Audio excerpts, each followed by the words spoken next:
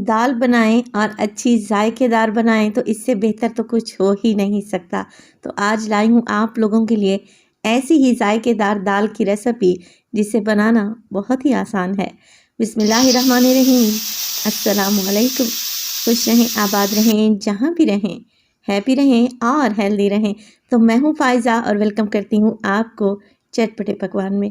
आज बनाएंगे जी मूंग मसूर की दाल, जो कि बड़ी ही जायकेदार बनेगी क्योंकि इसमें लगने वाला है एक स्पेशल तड़का। तो रेसिपी को एंड तक देखें, अच्छी लगे लाइक कर दें और चटपटे पकवान को सब्सक्राइब भी कर लें। तो चलें फिर जल्दी से ये रेसिपी स्टार्ट कर लेते हैं। तो मूंग मसूर की टेस्टी दाल बनाने के लिए सबसे पहले तो आधा पाव या आधा कप के बराबर मैंने ले ली है मसूर की दाल, और इसके साथ ही हम डालेंगे मूंग की दाल।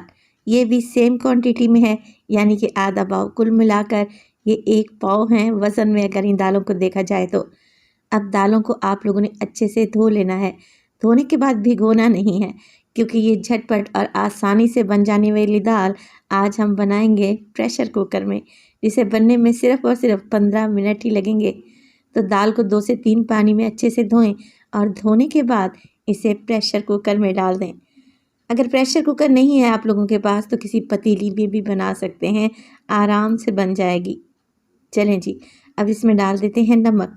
तो 1 टीस्पून डालने लगी हूँ, कम हुआ तो मज़ीद हम ऐड कर लेंगे। 1 टीस्पून इसमें डालेंगे मोटी कुटी हुई लाल मिर्च, और इसमें शामिल करेंगे साबित सफ़ेद ज़ीरा हाफ़ टी स्पून। दाल को खुशबूदार बनाने के लिए मैं 2 अदद तेज़ पत्तों का इस्तेमाल करूँगी। इसके अलावा मैं डालने लगी हूँ इसमें छोटी इलायची। तो ये आप लोगों ने लाजमी डालनी है। इससे जो बेहतरीन खुशबू आएगी ना, यकीन करें दाल खाते ही आपके मुंह से वाह निकलेगा। तो 4 अदद छोटी इलायची भी डाल दी है। साथ के साथ हल्दी डालेंगे तकरीबन 1/4 टीस्पून। अब इसमें लहसुन का पेस्ट डालूंगी, अदरक नहीं है इसमें। हाफ़ टेबल स्पून लहसुन का पेस्ट डाल दें। अच्छा जी, इसमें शामिल करेंगे चिकन पाउडर। तो आप लोग अक्सर मुझसे पूछते हैं कि मैं चिकन पाउडर कौन सा इस्तेमाल करती हूँ।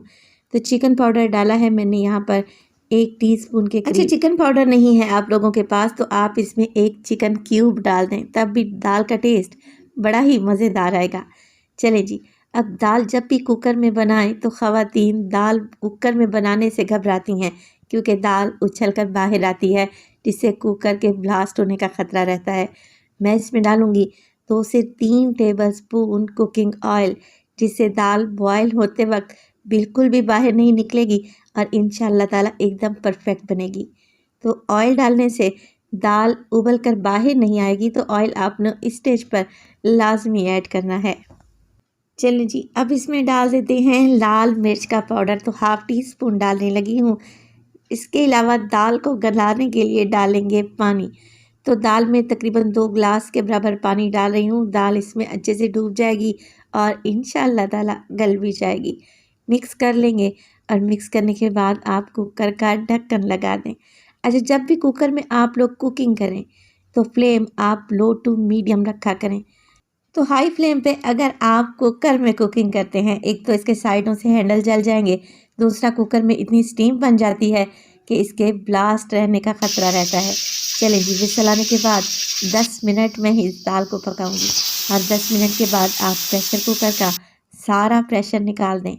तब आप प्रेशर कुकर का ढक्कन खोलें और आप देखेंगे कि दाल कितने अच्छे तरीके से गल चुकी है।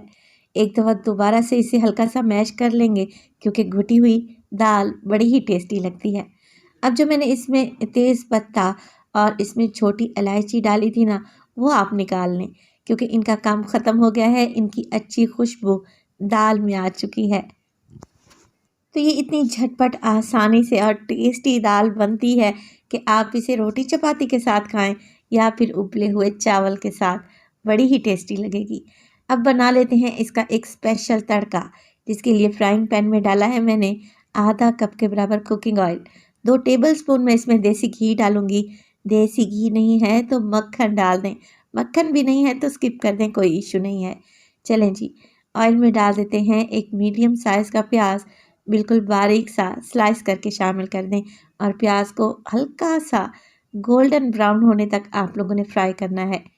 जैसे ही आप लोग देखें कि प्याज का कलर हल्का सा चेंज हो रहा है, हाफ टी स्पून इसमें डालें साबित सफ़ेद ज़ीरा। हाफ टेबल स्पून डालेंगे अगेन इसमें लहसुन का पेस्ट। तो मैंने ज़ीरा पहले दाल को बॉयल करते वक्त भी डाला था, इस बात का आप लोगों ने ख़ास ख्याल रखना है। चलें जी, लहसुन को मिक्स करते हैं और पका लेंगे इतना कि इसमें से हल्की हल्की सी खुशबू आने लगे। तो जैसे ही लहसुन से अच्छी खुशबू आने लगेगी, मैं इसमें डालूंगी 10 से 12 दाने गोल लाल मिर्चों के, और इसमें कुछ हरी मिर्चें भी काट कर डाल देंगे। और इसमें डालें 8 से 10 अदद कड़ी पत्ते। नहीं है तो आप लोग स्किप भी कर सकते हैं। बस मिक्स करें। जैसे ही लहसुन पर हल्का सा गोल्डन कलर आ जाए, फ्लेम को ऑफ कर दें। अब दाल में अच्छा कलर लाने के लिए मैं डालूंगी इसमें 1/4 टीस्पून कश्मीरी लाल मिर्च का पाउडर। इससे दाल में कलर बड़ा खूबसूरत आएगा। मिक्स कर लेते हैं और ये गरम गरम मज़ेदार सा खुशबूदार तड़का लगा देते हैं अपनी दाल पर। चलें जी, मिक्स कर लेते हैं दाल को। और इसी स्टेज पर रेसिपी आप लोगों को अच्छी लग रही हो, रेसिपी को लाइक कर दें और चटपटे पकवान को सब्सक्राइब भी कर लें। चलें जी, तड़का मिक्स हो गया। अब इस पर डालेंगे ढेर सारा हरा धनिया और इसे गर्मा गर्म सर्व करें आप रोटी चपाती या फिर उबले हुए चावल के साथ। यकीन करें आप मुझे दुआएं देंगे, ये कोई इतनी टेस्टी दाल बनती है।